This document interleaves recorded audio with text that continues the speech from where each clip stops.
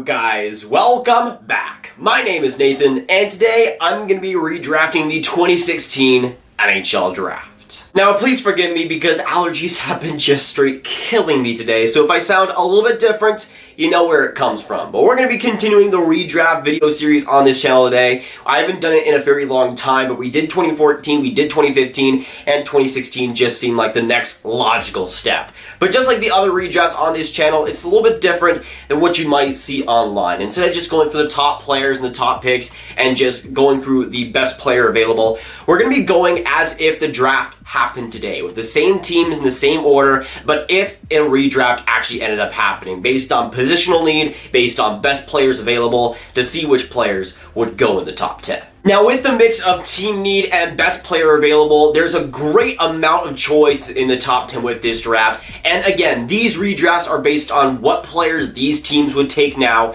heading into next season, whether that be forwards, defensemen, or goaltending, to try to get the most amount of different picks possible. So, when it comes to the crop of the 2016 draft, what teams will pick which players, and which players end up being picked in the top 10 if a redraft were to happen in 2020. Watch till the end for all my predictions and picks, and of course, hit that subscribe button if you're new. Now I got my handy dandy Sprite here, again, not sponsored, though Sprite, if you do want to sponsor me, I would definitely take that to help me with my allergies today, so I think we're going to be pretty well off. So, we're going to start with the first overall pick and the Toronto Maple Leafs. Back in the 2016 draft, they selected Auston Matthews, and I think that will once again be the case. They will select Auston Matthews with the first overall pick. Even though Toronto badly needs some defense, and there is some quality D-men in this draft, Auston Matthews is, in my opinion, far and alone the best player in this draft and the best player available. Yes, Toronto does need defense, but Auston Matthews maybe is the most valuable player on that team, and offensively, Toronto does still need him. Now going on to the second overall pick and the Winnipeg Jets, and this was an interesting one because in the end, I still think second overall, they do take Patrik Laine, a guy who has had the pedigree in the past to be an elite goal scorer, who I think will also rebound quite nicely next year, but Winnipeg is also in a bad need of defense, and even though I do think they take Patrik Laine, I think they might look at a guy like a Jakob Chychrun or a Charlie McAvoy to fix some of those obvious defensive woes. Even though Patrik Laine, I still think, is the choice, a defenseman I think for Winnipeg will be pretty tempting. Now going on to the third overall pick in the Columbus Blue Jackets, of course, originally back in 2016, they took Pierre-Luc Dubois, and if the draft were to happen in 2020 right now, I think there would be two big choices for them, that being Pierre-Luc Dubois and Matthew Tkachuk. And I think they would take a hard look at Matthew Tkachuk, but because it's some of their positional need, I still think in a redraft they go ahead and take Pierre-Luc Dubois. I think one of the main reasons because of that is because he is a center, and looking at Columbus' center depth without Dubois, you got Wenberg and like Boone Jenner, and that's not exactly wowing anybody. But if you have Pierre-Luc Dubois there, it looks a lot better. Even though Matthew Tkachuk is a super valuable player, and I think one of the best wingers in the league, I think Columbus goes for the position and once again reselects Dubois. Now going on to the fourth overall pick and the Edmonton Oilers, and of course originally they selected Jesse Puljujarvi, but with him not really working out too much, I think they go for a completely new player, that being Matthew Tkachuk from the Calgary Flames. Now I think this would just make the Battle of Alberta even more crazy because you do have Matthew Tkachuk now on the Oilers, taken from the Calgary Flames, and I think Matthew Tkachuk is easily the best player available here, but just thinking about him in an Edmonton Oilers uniform with Zack Kassian on the same team, I'm not sure how that's going to go, but I do think he is the best choice for them. Now going on to the fifth overall pick and the Vancouver Canucks, and originally they went for a defenseman, that being Olli Juolevi, and even though Olli Juolevi I think still has some potential to be an NHL defenseman, I think they go for a whole new guy, that being Charlie McAvoy. Now I think there is potential for them to go for a forward, but I think the defenseman crop in this draft, which is very good by the way, is a lot more tempting for them, and I think Charlie McAvoy is the best defenseman right now coming from this draft. When it comes to offensive play, he was just so great great and so impactful for Boston this year, and also stepped up his game pretty mightily in the defensive end. That's a guy that alongside Quinn Hughes on the left side and McAvoy on the right side would be automatically one of the best youth pairings in the entire NHL. Now going on to the 6th overall pick and the Calgary Flames, and there really is no replacing Matthew Tkachuk here, so I'm not even going to try with this pick. And I don't think they'll even go for a forward, because there are some other guys that I think, although you're not replacing Matthew Tkachuk, can fill his spot and be serviceable for them. Meanwhile, in the goaltending, you have a chance of one of the best young goaltenders in the league, and I think Calgary will take that chance and select Carter Hart. Now, Carter Hart is a guy that could go all over the place, because if he isn't selected by Calgary, I'm not even sure if he gets selected by Buffalo at number 8 or goes even farther than that. So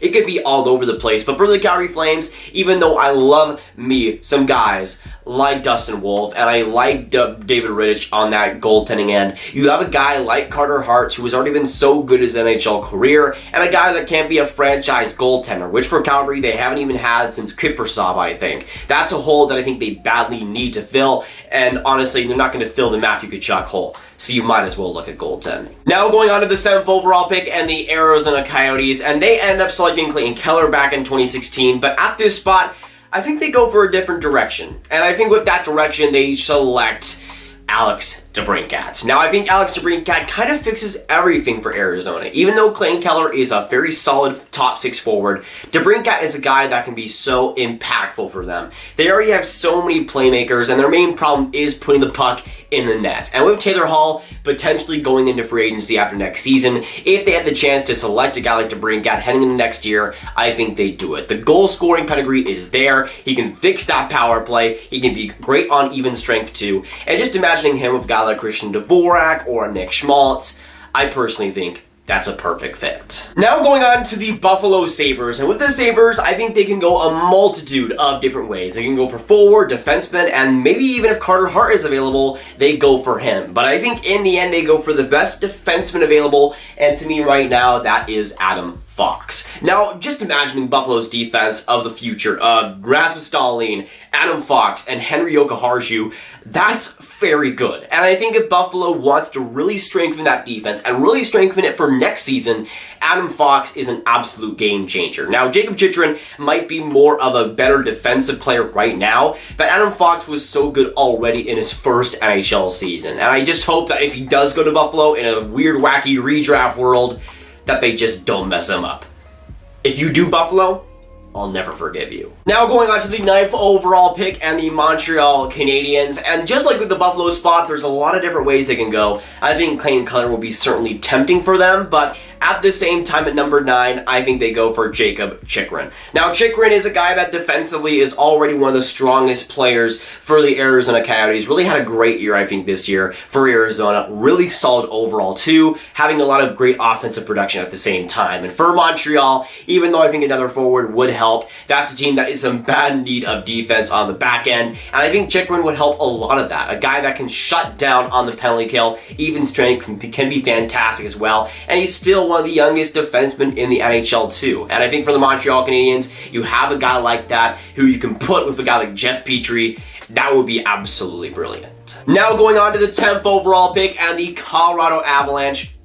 And honestly, there was so many different players I went behind. Maybe they take Mikhail Sergachev, maybe they take Clayton Keller. But in the end, I don't think they let him go at number 10. Even though they got him later in the draft, I think they take him 10th overall, that being defenseman Sam Girard. Now, I think Sam Girard at some points kind of goes a little bit overrated because he is a guy that just makes the silky moves and can have an absolute highlight reel. But for the Colorado Avalanche, they just signed him to that mega extension, and I think if they have the chance at 10th overall, they once again take him. Now, Sergachev would also be amazing. Clayton Keller will be a great add, but Girard is a huge part of that Colorado defense, especially offensively, where he just leads the pack with Cale Makar. I don't think that's a guy that Colorado passes up, and I think if he goes past number 10, he'll certainly get picked before they have a chance at getting him again. But that'll be it for today's redraft. Of course, with this one, if you want to see more videos just like this, make sure you hit that like button, hit that subscribe button if you haven't, and hit that notification bell as well. Of course, with this video, make sure you comment your thoughts down in the comments down below. Let me know what you agree and disagree with and what your redraft would end up looking like. Share this video with your friends, get the redraft out there, and click on this card for all my predictions and picks videos right in one playlist for you to binge watch right now. My name is Nathan. Thanks so much for watching, and I'll see you guys next video or stream. Goodbye.